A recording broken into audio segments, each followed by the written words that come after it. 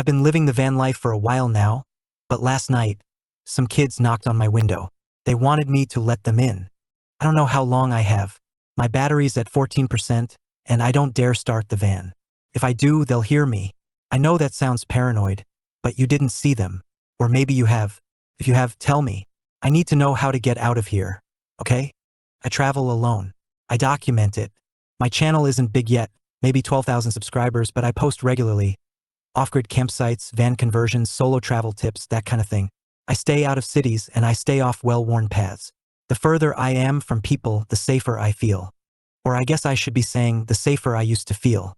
Tonight, I'm parked off a forest road in Idaho, miles from the nearest town. It's the kind of place where, if you screamed, no one would hear you. That's one of my go-to videos, by the way. A big scream, loud as I can, and then just the silence afterward. Basically, the place was perfect until the knock came. A single, soft knock. Not on the door. On the window. I froze. It was just after 1 a.m. The woods were silent. No wind. No animal noises. My van is unmarked. I never advertise I'm a woman traveling alone, and I always wait and post my videos a week after I leave the spot, just to make sure no one catches on to where I'm parked.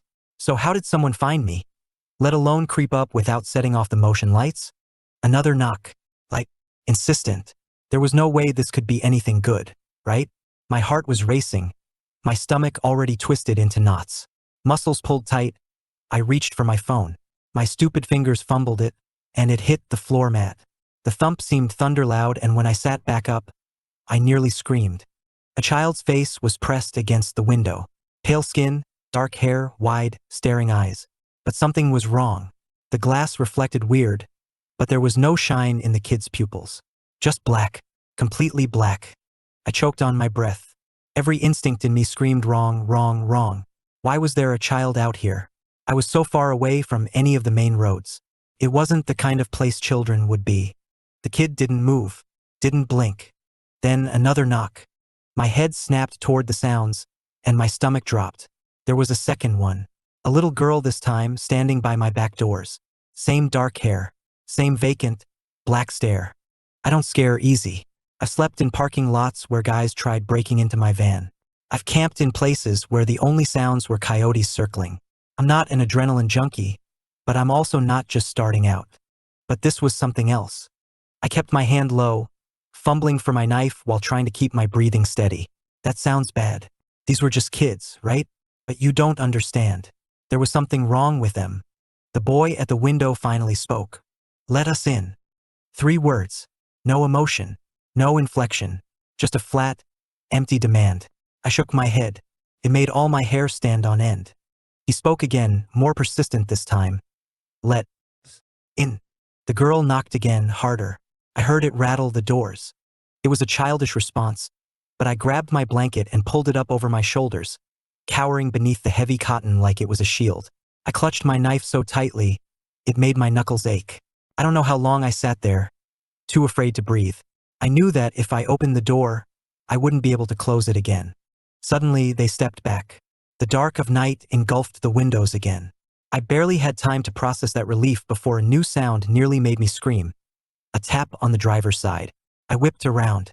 There was a third child, a new one. This kid was a little taller. He was maybe 12 at the oldest, standing inches from my driver's side door. Unlike the other 2, he was grinning. The handle jerked, but I kept my doors closed so it didn't open. The grin widened. Let us in. The same 3 words again. It wasn't a question, it was a demand.